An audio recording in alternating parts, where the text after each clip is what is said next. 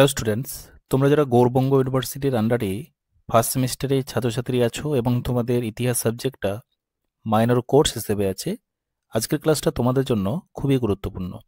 আজকের ক্লাসে আলোচনা করব তোমাদের ইতিহাস মাইনর সাবজেক্টের ইম্পর্ট্যান্ট অর্থাৎ গুরুত্বপূর্ণ সাজেশন নিয়ে আলোচনা করব। তোমাদের পেপার নাম হচ্ছে prehistory to 6th century BC। তো তোমরা এখান থেকে দেখে নেবে তোমাদের পরীক্ষার জন্য মোস্ট ইম্পর্ট্যান্ট যে প্রশ্নগুলো আমি নির্বাচন করেছি। তোমরা এখান থেকে অবশ্যই পরীক্ষা কমন পাবে।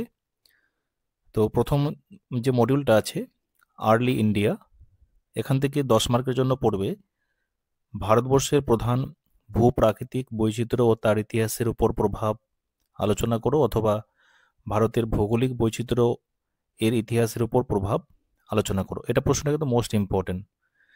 2 নাম্বার, ভারতের ঐক্য ও বৈচিত্র্যের ধারণা ব্যাখ্যা করো। তোমরা এখানে এই দুটো 10 মার্কের প্রশ্নের মধ্যে যে কোনো একটা অবশ্যই তোমরা পরীক্ষা কিন্তু কমন পেয়ে যাবে। এরপরে সংক্ষিপ্ত টিকা যেগুলো তোমাদের আসতে পারে: গুহাচিত্র, নৃতত্ত্বের জাদুঘর কি, প্রায় ইতিহাস, মাইক্রোলিথ অর্থাৎ মাইক্রোলিথ বলতে কি বোঝায়, এটা সংজ্ঞা আকারও আসতে পারে।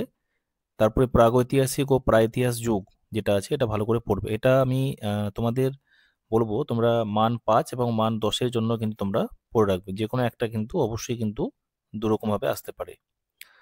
তাহলে এরপরে মডিউল 2 নম্বর মডিউলটা দেখো, প্রাচীন ভারতের ইতিহাস রচনায় প্রত্নতাত্ত্বিক উপাদানের গুরুত্ব বহুবার পরীক্ষায় আসে।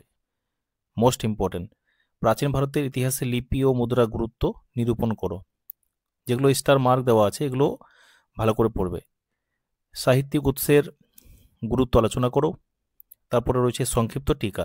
তার আগে তোমাদের সঙ্গে যে বিষয়টা বলার আছে সেটা হলো, তোমরা যারা এই ইতিহাস মাইনর সাবজেক্টের স্টাডি মেটেরিয়াল তোমরা সংগ্রহ করতে চাও বা পারচেস করতে চাও, তাহলে আমাদের এই নম্বরে যোগাযোগ করে তোমরা স্টাডি মেটেরিয়ালটা সংগ্রহ করতে পারো।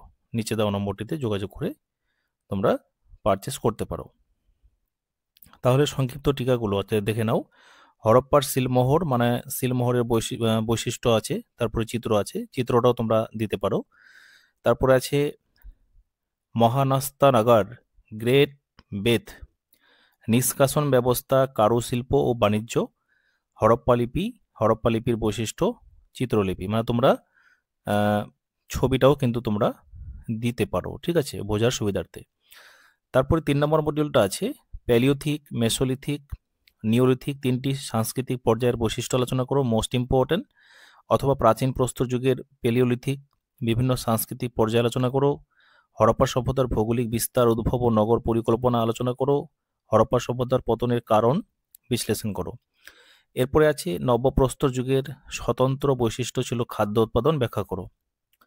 তারপরে তোমরা পড়বে সংক্ষিপ্ত টিকা, সভা ও সমিতি, আর্যদেব দেবী, মানে আর্যদের দেব এবং দেবী বলে কিছু টিকা, সমাজের নারীর অবস্থান, গৃহস্থাশ্রম, পরিবার জীবন।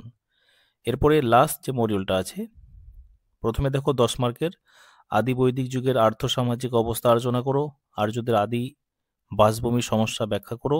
মোস্ট ইম্পর্টেন্ট এই দুটো প্রশ্ন। ঋগ্বেদিক যুগে উপজাতীয় রাজনৈতিক সংগঠন আলোচনা করো। এরপর আরেকটা এখানে 10 মার্কের আছে, পরবর্তী বৈদিক যুগে বর্ণ ব্যবস্থার গুরুত্ব নির্ণয় করো।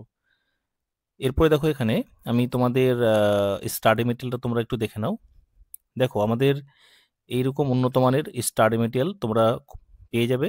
তোমরা স্ক্রিনে দেওয়া নম্বরটিতে যোগাযোগ করে তোমরা গুরুত্বপূর্ণ তোমাদের যে ইম্পর্টেন্ট যে প্রশ্নগুলো আছে সেটার উপরে ডিপেন্ড করে তোমরা কিন্তু এইটা ভালো করে পড়লে তোমরা পরীক্ষায় কিন্তু ভালো একটা মার্কস পাবে। তো দেখো, ভারতবর্ষের প্রধান ভূপ্রাকৃতিক বৈচিত্র্য ও তার ইতিহাসের উপর প্রভাব আলোচনা করো। দেখো মানে আমাদের এই যে নোটসের কোয়ালিটি এই জন্যই ভালো, আর ভালো বলেই কিন্তু তোমাদের পরীক্ষার কথা মাথায় রেখে কিন্তু তোমাদের ভালো ভালো জায়গাগুলো যেগুলো পরীক্ষায় গুরুত্বপূর্ণ কোশ্চেন বা তোমাদের এক্সামিনার যেভাবে খাতা দেখতে পছন্দ করে সেভাবেই কিন্তু তৈরি করা হয়। আমাদের অভিজ্ঞ টিচার দ্বারা এগুলো সাজেশন তৈরি করা হয়, ঠিক আছে।